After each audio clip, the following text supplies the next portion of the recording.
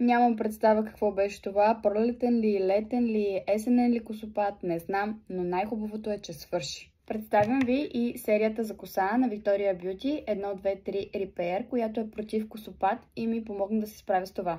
Първо имаме подсилващ шампуан 123 Repair, който е съставен от органично арганово масло, кератин, биотин, сладък корен и линолова киселина. Това буквално е супер храна за вашата коса и е със щадяща формула без сулфати.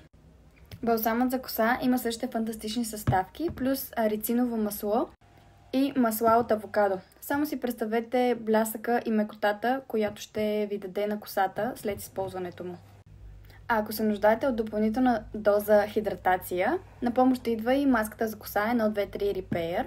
Тази маска е със същите невероятни съставки и тя е идеална за седмично, дълбоко и интензивно третиране. Следва и серумът за коса, който насища всеки косъм с хранителни вещества, запечатва влагата в него и помага на косата да се възстанови.